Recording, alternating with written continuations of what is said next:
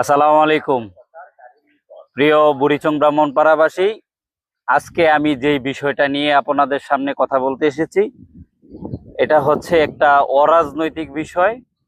আমাদের বুড়িচং ব্রাহ্মণপাড়ার জন্য একটি জাতীয় ইস্যু। আমরা বই পুস্তকে পড়েছি কুমিল্লার দুঃখ হচ্ছে গুমতি, আর বুড়িচং ব্রাহ্মণপাড়ার জন্য অভিশাপ হয়ে দাঁড়িয়েছে আমাদের এই গুমতি নদীর এই বেড়িবাঁধ।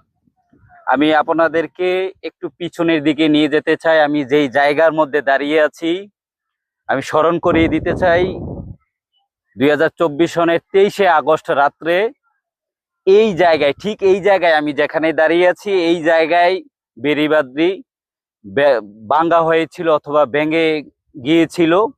কেউ কেউ বলে কৃত্রিম সংকট তৈরি করার জন্য আমার এই পাশকে ভেঙে দেওয়া হয়েছে, আর ওই পাশটা গোমতী নদীর ওই পাশ শহরের সাইড যেটা, ওইখানে ক্যান্টনমেন্ট এবং শহরকে বাঁচিয়ে দেওয়ার জন্য আমার এই সাইটকে সব সময় ব্যবহার করা হয়।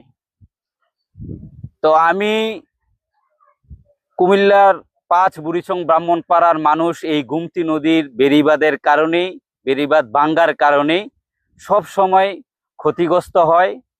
1952 সাল থেকে 24 পর্যন্ত সর্বমোট 29 বার এই বেড়িবাঁধটি ভাঙ্গা হয়েছে, যার কারণে এই জনপদের মানুষ অভাব অনটনের মধ্য দিয়ে জীবন অতিবাহিত করতে হয়। আপনাদের জানার স্বার্থে আমি বলতে চাই, এই বেড়িবাঁধ উন্নয়ন প্রকল্পের যেই প্রজেক্ট, বাংলাদেশের স্বাধীনতার পর থেকে উন্নয়নের ক্ষেত্রে সবচেয়ে বড় বন্ধু জাপানের একটি প্রকল্প, যেটাকে আমরা সংক্ষিপ্তভাবে জাইকা প্রজেক্ট হিসাবে জানি, সেই প্রজেক্টের আওতায় এবং জেলা প্রশাসকের নেতৃত্বে এইটার উন্নয়ন এবং সংস্কারের কাজ হয়ে থাকে। আমি জাইকা প্রজেক্ট পানি উন্নয়ন বোর্ড দ্বারা নিয়ন্ত্রিত হয়, পরিচালিত হয়।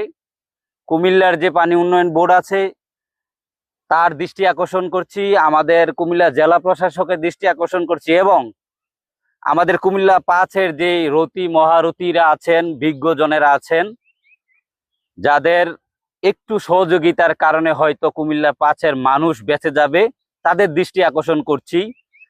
আগামী 15ই তারিখ যেই গুমতির বেড়িবাঁধ, গুমতির বেড়িবাঁধকে বাঁচানোর জন্য যে যুব সমাজের যে ঐক্য হওয়ার যে আহ্বান জানিয়েছে, তার মূল উদ্যোক্তা ইঞ্জিনিয়ার সবুজ ভাই এবং তার সহযোগীদেরকে ধন্যবাদ জানাই। তাদের আহ্বানে সাড়া দিয়ে আমিও একজন আপনাদের সন্তান হিসাবে, আমি এই বুড়িচং ব্রাহ্মণপাড়ার একজন মানুষ হিসাবে, আমি একজন ভুক্তভোগী হিসাবে এসেছি। আপনাদেরকে আহ্বান করছি এই লং মার্চ অথবা এই যে গুমতির বেড়িবাঁধ রক্ষার জন্য যেই সবাইকে আহ্বান করা হয়েছে, এই আপনারা সমাবেশে আপনারা উপস্থিত হবেন এবং আপনাদের এই সকলের স্বতঃস্ফূর্ত উপস্থিতির মাধ্যমে আপনারা এই বেড়িবাঁধকে টেকসই উন্নয়নের দিকে ধাবিত করতে পারবেন। এবং রাষ্ট্রযন্ত্রকে আমি বলতে চাই যে এই গুমতি নদীর উৎপত্তি স্থল হচ্ছে ভারতের ডুম্বুর লেক থেকে এবং শেষ হচ্ছে মেঘনা নদীতে গিয়ে। শুরু থেকে শেষ পর্যন্ত আমার যতটুকু জানা, মেঘনার তে শেষ, ওই মুখটাতে গিয়ে এটা চর বেসে গিয়েছে। যদি এটাকে যদি আপনার খনন করা হয় ভালোভাবে, যদি এটাকে চর যেটা পড়েছে সেই মাটিটাকে যদি কেটে দেওয়া হয় এবং আমার গুমতি নদী পুরাটাকে যদি পানি ধারণ ক্ষমতা বৃদ্ধি করার জন্য যদি এটাকে খনন করা হয় এবং জাইকার প্রজেক্টের মাধ্যমে এটাকে যদি ব্লক দিয়ে যদি এবং মোটা করে উঁচু করে যদি এই বেড়িবাঁধটাকে যদি নির্মাণ করা হয়, তাহলে হয়তোবা আমার এই জনপদের মানুষ বেঁচে যাবে।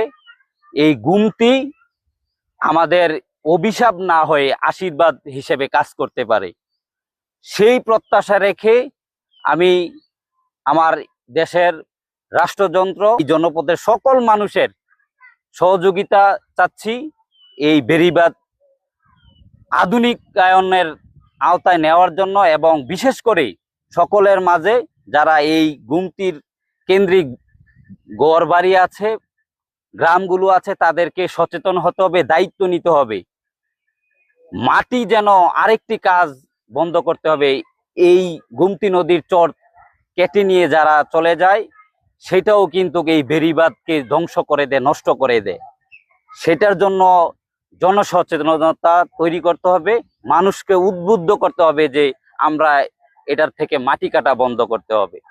তো সকলের দৃষ্টি আকর্ষণ করে আমি আজকের মতন এখানেই আমার বক্তব্য শেষ করছি। আমি সকলকে আগামী শুক্রবারের 15 তারিখের যেই কর্মসূচি সেটাকে বাস্তবায়ন করবেন, এবং আমরা আশাবাদী গুমতি আমাদের জন্য অভিশাপ না হয়ে আমাদের জন্য যেন আশীর্বাদ হয়। ধন্যবাদ।